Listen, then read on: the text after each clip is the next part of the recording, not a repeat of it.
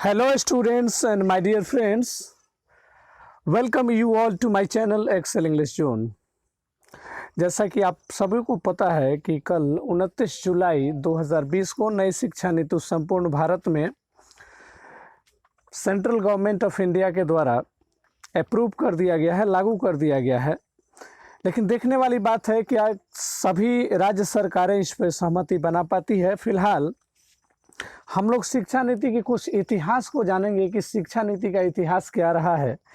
जैसा कि आप सब जानते हैं कि शिक्षा नीति का इतिहास बहुत ज़्यादा पुरानी रही है। सबसे पहली शिक्षा नीति 1968 में, जो कि कोठारी कमीशन, जी हाँ कोठारी कमीशन, जो कोठारी कमीशन के अध्यक्ष प्रोफेसर दौलत सिंह कोठारी थे। उस समय की पीएम इंदिरा गांधी थी। उस समय तीसरी पंचवर्षीय योजना के अंतर्गत ये कोठारी कमीशन के द्वारा पहली शिक्षा नीति लाई गई थी।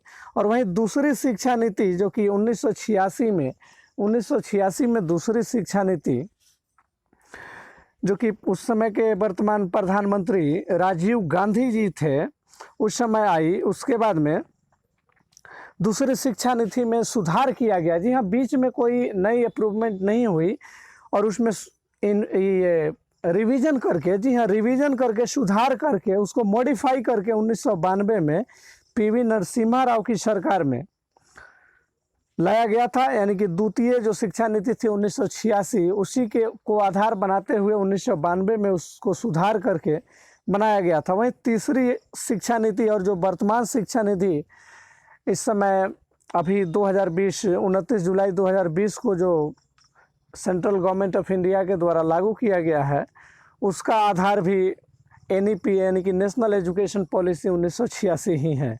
तो तीसरी शिक्षा नीति की घोषणा केंद्र सरकार द्वारा कर दी गई है, जिसके अध्यक्ष के कस्तूरीरंगन, जी हाँ जिसके अध्यक्ष के कस्तूरीरंगन है। के कस्तूरीरंगन वही के कस्तूरीरंगन है जो कि इसरो, जी हाँ जो ISRO ISRO, ISRO Indian space research organisation के पूर्व अध्यक्ष हैं। उन्हीं के द्वारा ये एनईपी नेशनल एजुकेशन पॉलिसी लाई गई है। और वर्तमान में आपको पता होगा कि वर्तमान में 2020 में जो प्रधानमंत्री हैं वो पीएम नरेंद्र मोदी हैं।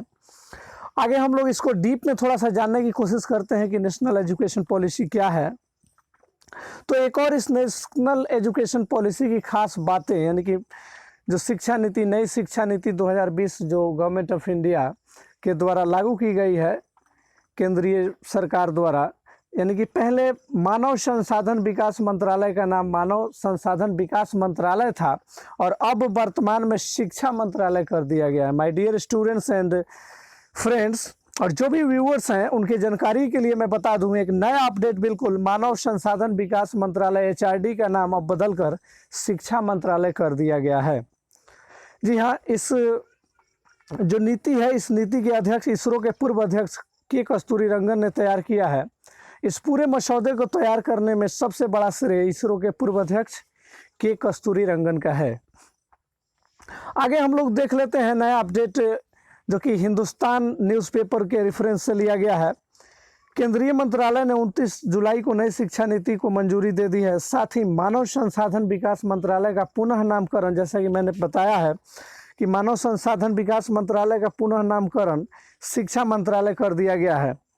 और आगे भारतीय अंतरिक्ष अनुसंधान संगठन इसरो के पूर्व अध्यक्ष के कस्तूरीरंगन की अध्यक्षता वाली समिति ने पिछले मानव संसाधन विकास मंत्री रमेश पोखरियाल, पिछले वर्ष यानी कि पिछले वर्ष जब रमेश पोखरियाल जी जब शिक्षा मंत्री बने थे, उसी समय से ये कवायद शुरू हो गई है। उसी समय से के कस्तूरीरंगन ने उनको मसौदा सौंप दिया था, को नई शिक्षा नीति का मसौदा सौंपा था। इस दौरान पोखरियाल ने कार्यभार संभाला था। जी हाँ, 2019 में रमेश पोखरियाल साहब ने शिक्षा मंत्रालय का कार्यभार संभाला था। उसी वक्त इनको मसौदा दे दिया गया था, जो कि मसौदा तैयार करने का श्रेय इसरो के पूर्व अध्यक्ष, भारतीय अंतरिक्ष अनुसंधान संगठन के पूर्व अध्यक्ष के कस्तूरीरंगन को जाता है।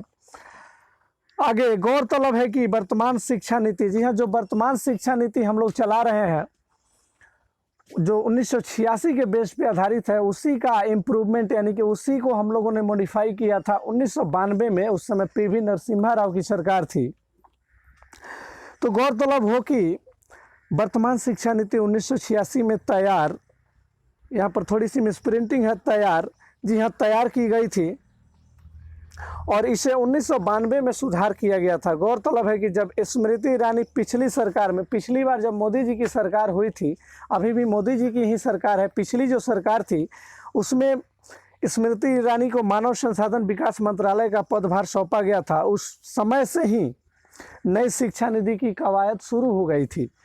तो माय डियर स्टूडेंट्स एंड जो भी फ्रेंड्स हैं जो हमें देख रहे हैं, हमारे वीडियो लेक्चर को सुन रहे हैं, उनकी जानकारी के लिए मैं बता दूं कि नई शिक्षा नीति, जी हाँ, नई शिक्षा नीति 2020 केंद्र सरकार द्वारा लागू कर दिया गया है। और देखने वाली बात है कि इसमें जो मुख्य सुधार हैं और बिल्कुल नई सुधार, जैसा कि कहा गया है कि अब 3 रीजनल भाषाओं में, एक राष्ट्रीय भाषा के अलावा 3 रीजनल भाषाओं में शिक्षा दिया जा सकता है। साथ ही साथ इंग्लिश को एक विषय के रूप में रखा गया है। जी हाँ, इंग्लिश को एक विषय के रूप में रखा गया है। और जैसा कि एक अपडेट के लिए मैं बता दूं कि कोई बच्चा अगर 4 साल का इंजीनियरिंग कोर्स है या फिर कोई भी कोर्सेज है अगर कर रहा था, 3 साल में किसी बस उसने पढ़ाई छोड़ दिया तो फिर डिग्री पूरी नहीं हो पाती थी, यानी कि सिस्टमेटिक ढंग से उसको डिग्री नहीं माना जाता था। लेकिन अब उसको भी मॉडिफाई करके डिप्लोमा, डिग्री और कोर्सेज में बदल दिया गया है। तो फिलहाल यही नई अपडेट है शिक्षा नीति के द्वारा। Thanks for watching my video, best of luck.